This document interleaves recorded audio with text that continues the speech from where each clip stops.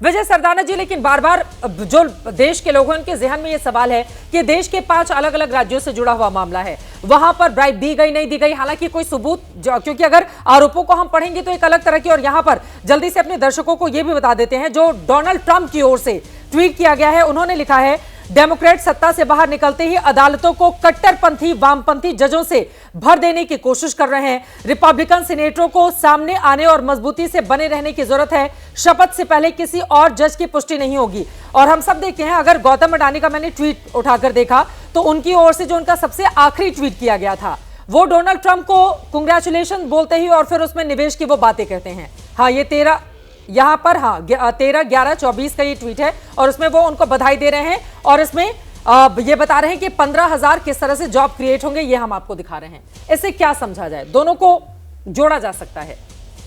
देखिए, जैसा मैंने पहले कहा कि आप कॉर्पोरेट वर्ल्ड में हैं, इन्फ्लुएंस हमेशा किया जाता है।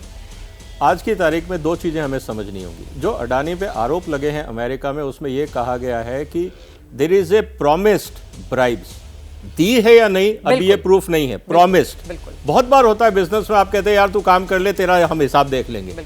अब आप इसको क्या ब्राइब कहोगे, मोटिवेशन कहोगे, इंड्यूसमेंट कहोगे, ये अलग बात है।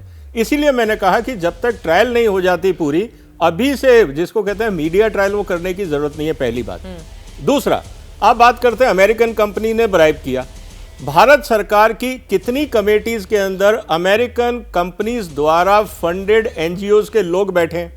वो बैठ के उन कंपनियों, भारत सरकार की पॉलिसीज को इन्फ्लुएंस कर रहे हैं।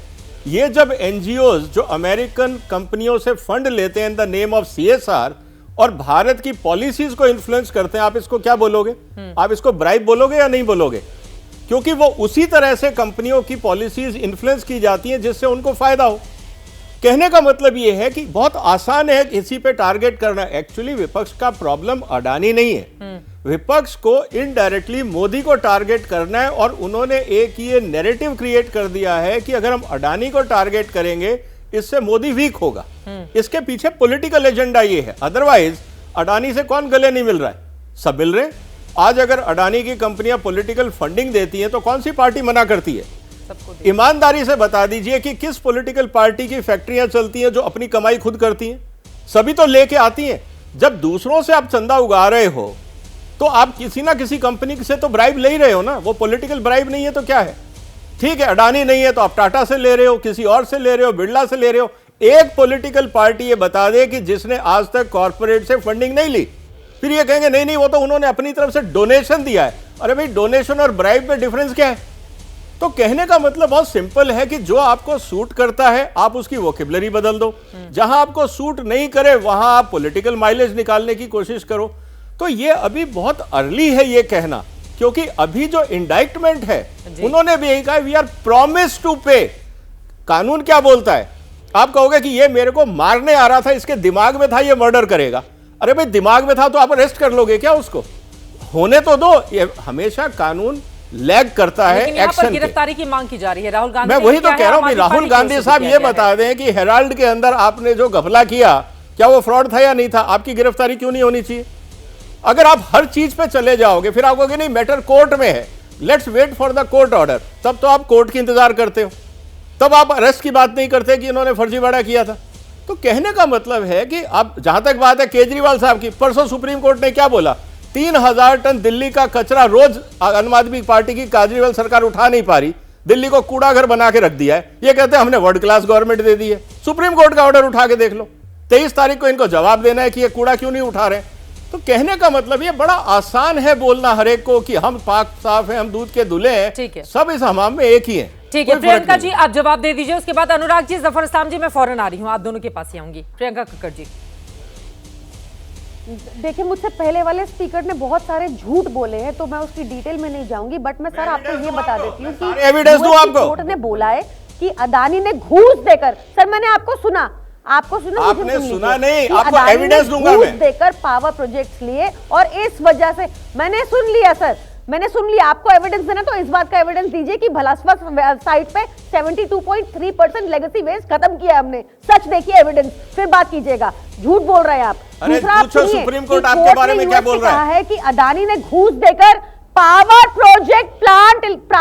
प्रोजेक्ट पावर प्रोजेक्ट्स लिए अदानी ने घूस देकर। दिल्ली की एक्साइज पॉलिसी क्या थी? प्रेसिडेंट ने भी कहा था जो बात पहले दिल्ली की एक्साइज पॉलिसी क्या थी? शीश महल क्या आपकी था? वजह से होगा कि देश में महंगी अरे भाई वो बताओ ना, वो भी तो बताओ, फ्रॉड था या नहीं था? आपकी वजह से मिल रही है लोगों को। अरे देश भैया, का भला अरे सोचिए फ्रॉड आप। किया नहीं किया? महंगी बिजली बेचना चाहते हैं आप, शीश महल घूस आप देकर। फ्री के आपकी लिए बात शीश सुनिए महल ना, बना लोगे? आपको मिर्ची क्यों लग रही है? अरे भाई, मिर्ची शीश महल क्यों लग बनाओगे रही है फ्री आपको? बिजली देके? आप अदानी गैस से भाजपा गैंग से मिर्ची क्यों लग रही है? इन्वेस्टिगेशन मांग रहे हैं तो आपने दो और तो लोग शीश हैं, महल में आप investigation बड़े क्यों नहीं लोग मांगा? पूरी बात पूरी कर लेते हैं। वो बीच में प्लीज इंटरप्ट विजय कर ही सरदार जा रहे हैं। जी, ठीक है। चित्रा जी इनको बोलिए रोकिए, बोलिए चित्रा जी इनको।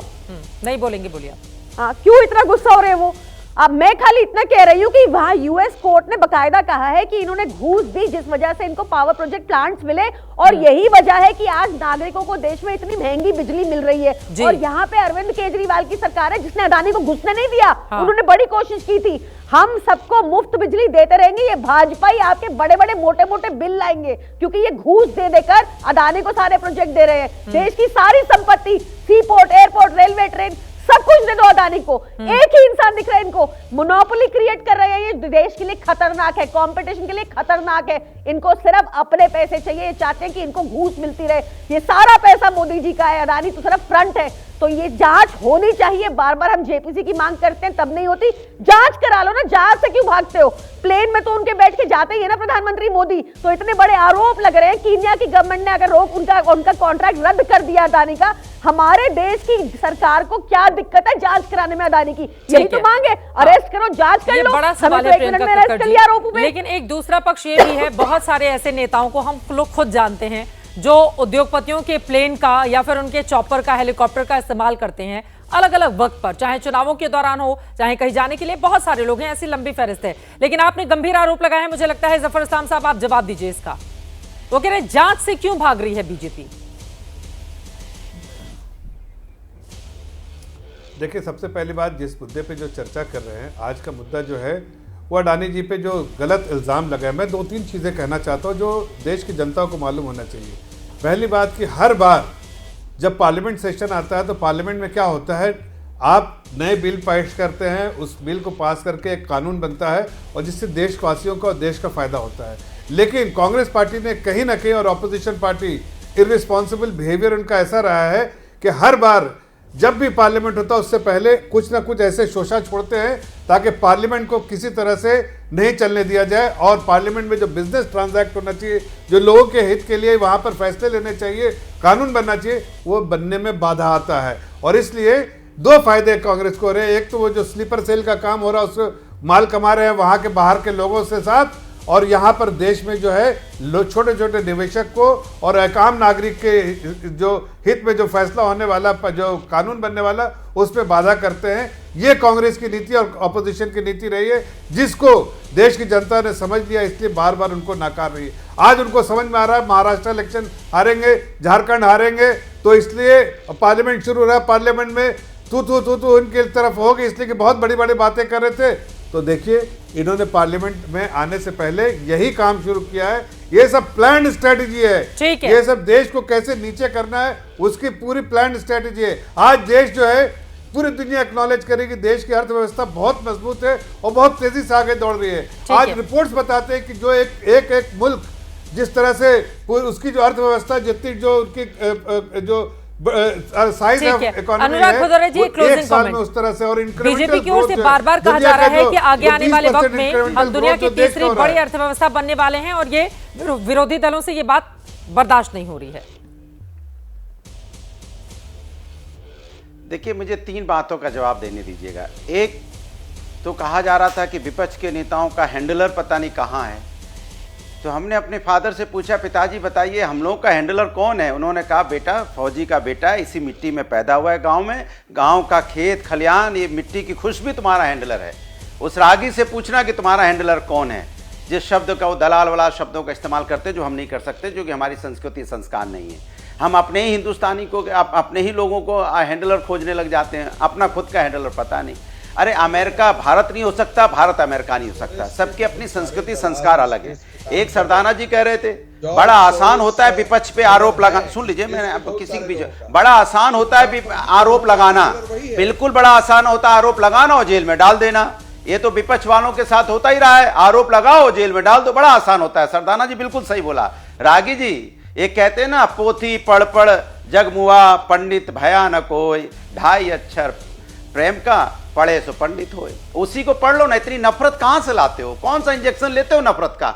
इतनी नफरत लाते हो, चीखते चिल्लाते हैंडलर खोजते रहते हो, अरे खुद का हैंडलर पता नहीं है तो माने आप बेलगाम हो जाते हो, ब्रेक रेक सब फेल हो जाती। तो पहले अपना तो देखो ना, हैंडलर है कि नहीं है।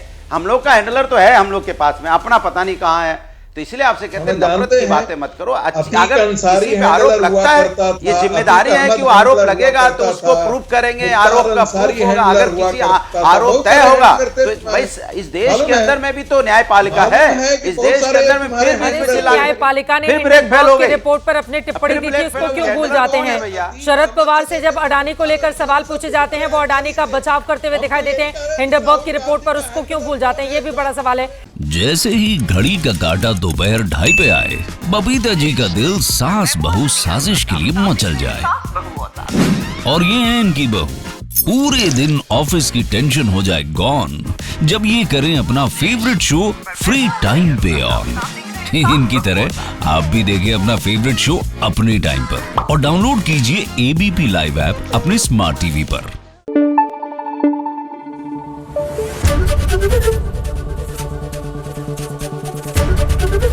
एबीपी न्यूज आपको रखे आगे।